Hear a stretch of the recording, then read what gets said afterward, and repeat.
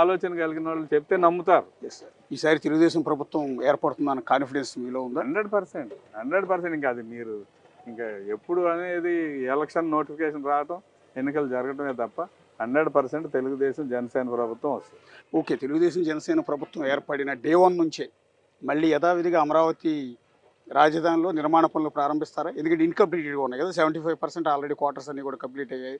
Seed access road కావచ్చు, ఇతర ఇవన్నీ కూడా మళ్ళీ పనులు యథావిధిగా స్టార్ట్ అవుతాయా? టోటల్ ప్రాజెక్టు రాజధాని అనేది ఒక షేప్లోకి రావడానికి ఎన్నికలు అయిపోయిన తర్వాత ముఖ్యమంత్రిగా బాబు గారు ప్రమాణ స్వీకారం చేసిన దగ్గర నుంచి 3 సంవత్సరాల్లోపు పూర్తయి రాజధాని కూడా కంప్లీట్. బట్ నిధులు కావాలి కదా. నేనేమంటానంటే ఇప్పుడు మీరే అంటున్నారు రాష్ట్రం అప్పుల పాలైపోయిందని, 10 లక్షల కోట్ల అప్పులు తెచ్చారు అని, ఉచితంగా పథకాల పేరుతో ఇష్టం వచ్చినట్టు దోచిపెడుతున్నారు అని, దుర్వినియోగం చేస్తున్నారు అని.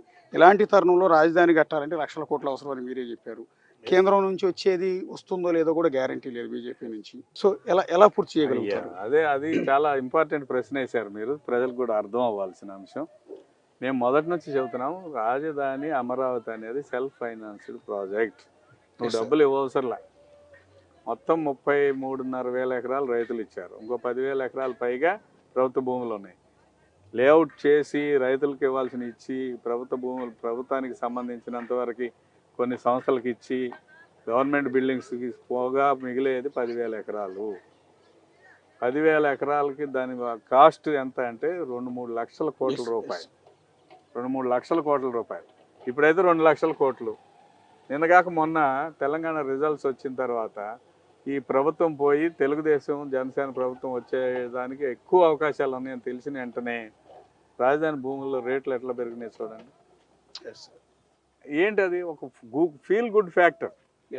ఆ ఫీల్ గుడ్ ఫ్యాక్టర్ ప్రభుత్వం దగ్గర ల్యాండ్ బ్యాంకు 10,000 ఎకరాలు ఉంటుంది.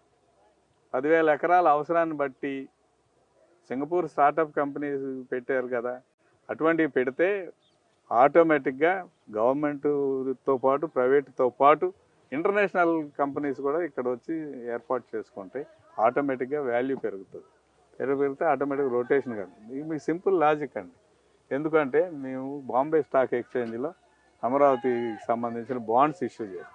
బాండ్స్ ఇస్తే క్రిసిల్ రేటింగ్లో టాప్ రేటింగ్ ఇచ్చి గంటలోపు మొత్తం అమ్ముడైపోయినాయి. అది that is the branding of Chandrababu Naidu గారు. చంద్రబాబు నాయుడు గారు ప్రభుత్వం చేపట్టారు అనగానే ఆర్థికపరమైన అంశాల మీద అభివృద్ధి కోసం ముందుకు వెళ్తాడు చంద్రబాబు నాయుడు గారు. ఏ ఒక్క అవకాశాన్ని వదులుకోవడం అనేది చంద్రబాబు నాయుడు గారి నైజం.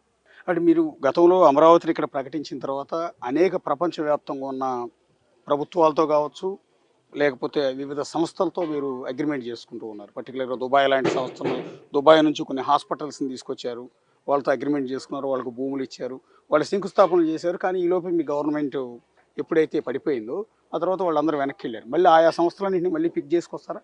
చంద్రబాబు నాయుడు గారు వచ్చారంటే వస్తాయి. 133 సంస్థలు అగ్రిమెంట్ చేర్చుకున్నారు, ఇంక్లూడింగ్ అందులో government, central government, reserve bank ఉంది, బ్యాంక్స్ ఉన్నాయి, ప్రైవేట్ హాస్టల్స్ ఉన్నాయి, హాస్పిటల్స్ ఉన్నాయి, అదే వైఎంసీఐ లాంటి ఇంటర్నేషనల్ సంస్థలు ఉన్నాయి.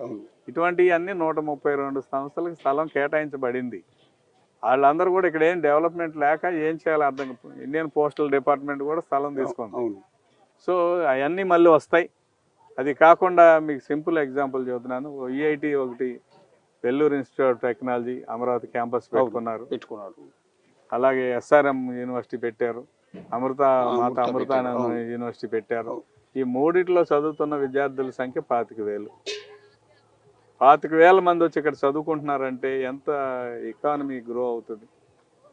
కేవలం జగన్మోహన్ రెడ్డి అసంబద్ధ నిర్ణయాల వల్ల ఈ ప్రాంతం నుంచి చాలామంది వలసపోయే వాళ్ళే. కానీ ఎందుకంటే ఒక్క విఐటి ఇన్స్టిట్యూట్లో చదివే 8,000-9,000 మంది పిల్లల కోసం హాస్టల్స్, అకామిడేషను, దానిలో పనిచేసేవాళ్ళు, ఎంప్లాయీస్, టీచింగ్, నాన్ టీచింగ్, అంటే సపోర్టింగ్గా పనిచేసే వాళ్ళ సంఖ్య చాలా ఎక్కువ అయిపోయింది. ఇప్పుడు జనసేనతో పొత్తు పెట్టుకున్నారు.